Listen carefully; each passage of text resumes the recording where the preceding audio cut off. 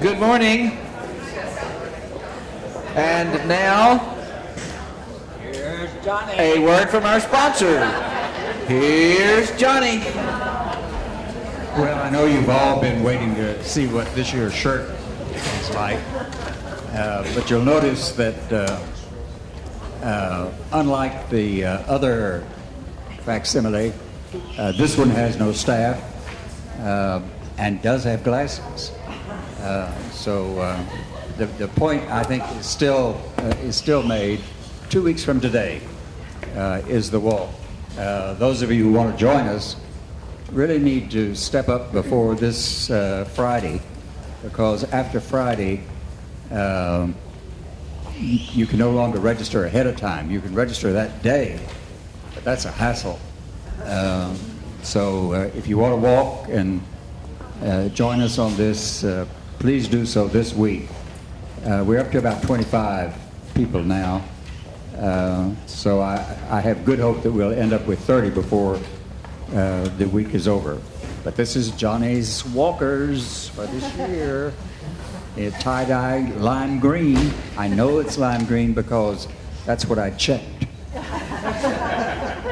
So it's bound to be what I checked. Trust me, it is lime green. Why you would check it, I don't know, but it turned out just like you checked it. Many of you know that much grateful Art Smart has been videotaping these lectures and putting them on YouTube. So if you want to catch up, or if you miss one, you can catch them on YouTube. And we have the first set is already kind of done into a cassette. If you wanted to, I don't know why you would want to, but if you wanted to go back and listen to them, you could. Art said if you really are appreciating that, he is one of Johnny's walkers. And he would certainly welcome any contribution that you wanted to make towards Johnny's walkers to benefit AIDS research and AIDS treatment. So if you can't walk, I don't mean if you can't walk, I mean if you can't walk in 2 weeks, the good news is that you can contribute. There are things that you can do to participate. So I encourage you to do that, to give support. That means money to John Logan and to Johnny's Walkers. I want to begin this morning with one last comment or two about habit 1 before moving on. Habit 1 is be proactive, by which we mean essentially take the responsibility for your own life, for your own emotions, for your own feelings.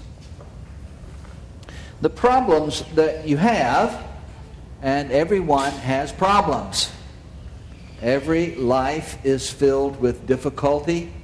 Every life is filled with conflict. If you have ever read The Road Less Traveled by Scott Peck, the first paragraph is 3 words long. The first paragraph is, life is difficult. I have a friend who said that was as far as he got in the book. That he read the first sentence and first paragraph, and that depressed him so much that he didn't read any further. But whatever problems you have, whatever difficulties you face, may have well been caused by someone else. That may be the truth. They are still your responsibility. As hard as it is to believe, and I promise you that we may catch it every once in a while, but it is hard to hold on to it. It is hard to hold on to this conviction. As hard as it is to believe, especially in a culture that promotes the notion that we are all victims of our circumstances, we are responsible for our own emotions. People do not make you happy. People do not make you sad. People do not make you angry. You respond with happiness and sadness and anger to things that people do. You are responsible for those emotions.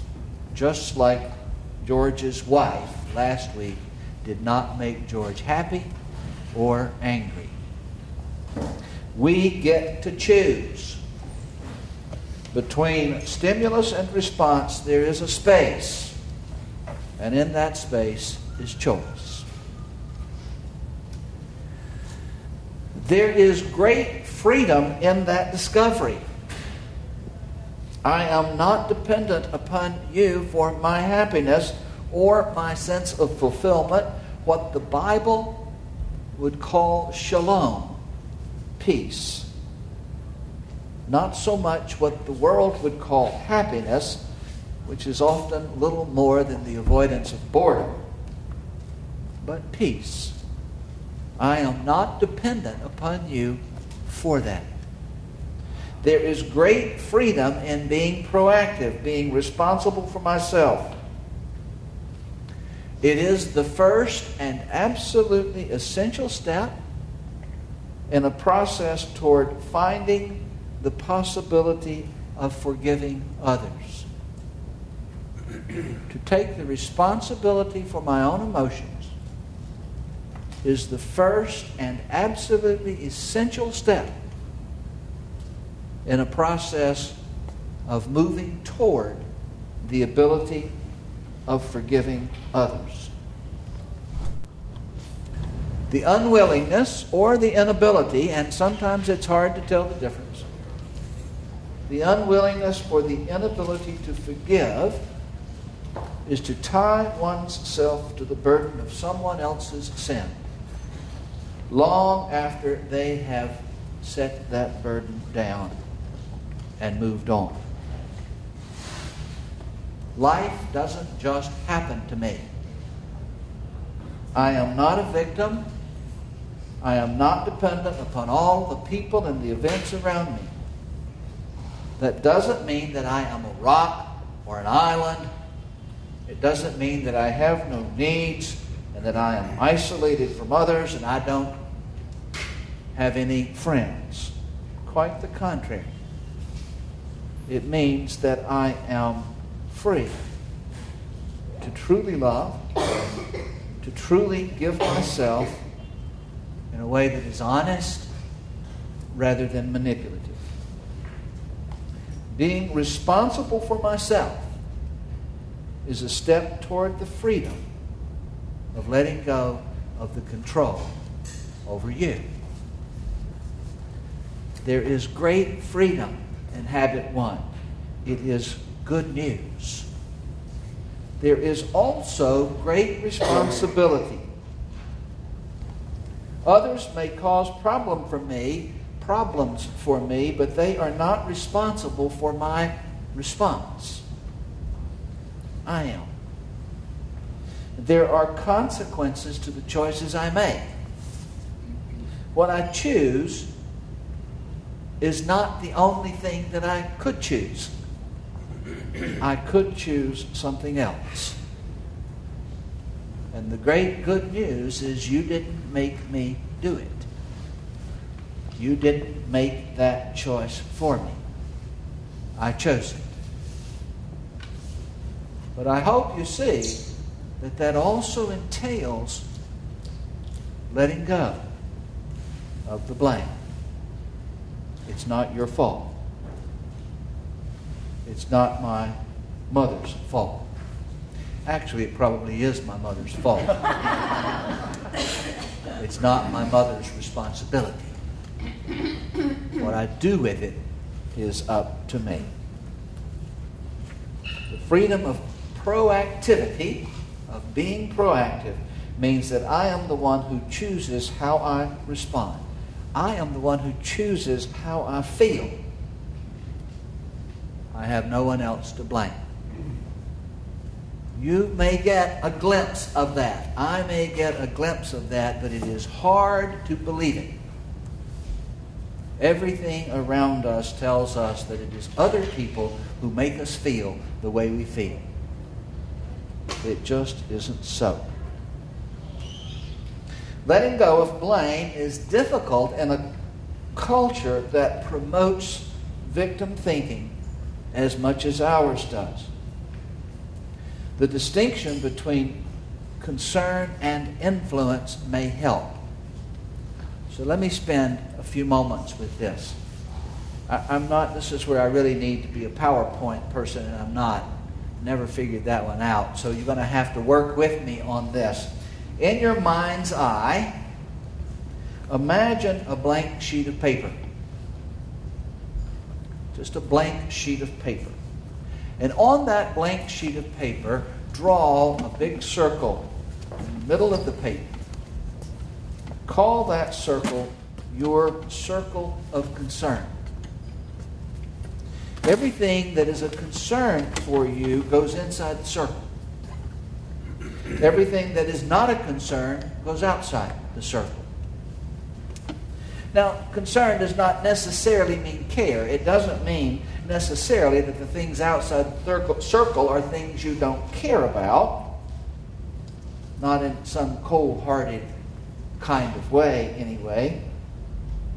Think of it in terms of emotional attachment, emotional investment. There are things that are outside my circle of concern because I simply don't have much emotional baggage with them. I may care in some philosophical kind of way. I just don't get upset. It isn't a value judgment to say that they're outside my circle of concern. It doesn't mean that you're wrong if they're inside your circle of concern. It just means that for me they aren't. They aren't necessarily things you should be concerned about or you shouldn't be concerned about. They just are. For example, for me, what happens in the lives of celebrities is outside my circle of concern. I don't mean to be unfeeling, but I just don't have a lot of emotional energy for it. I can't remember who Brad Pitt is married to, much less who is having whose baby, or who is divorcing whom, and who is having a relationship with someone else. I really don't care. I don't have any emotional connection to it, and that doesn't mean that I have no feeling about the way people are ruining their lives. I just don't have any stake in it. I couldn't keep up with Paris Hilton. And I can't remember the names of those who are in trouble today. We had a conversation the other day about somebody who's about to go to jail and all of these terrible things, and I can't remember who it is. I am sure there are people who are affected and who care deeply. It is inside their area of concern, their circle of concern, and I really and truly do not mean to offer a judgment about that. I don't mean to be cynical. If you are fascinated about it, if you worry about it, I offer no criticism, no judgment. I just don't care. I care in a general kind of way. I just don't have any emotional connection. I have only a skosh of interest, almost no interest at all in the wedding of Prince William and Kate. I don't care about their backgrounds. I don't care where they went to school. Someone told me the other day that they are 15th cousins or something. I really don't care. I don't really care what their lives will be like. I am not going to get up in the middle of the night and watch the wedding on television. Some people are, and maybe I should. It's just not in my circle of concern. You get the idea? Yep. There are issues, there are events and things that are just outside my circle of concern. Now those examples are pretty easy, but it gets worse.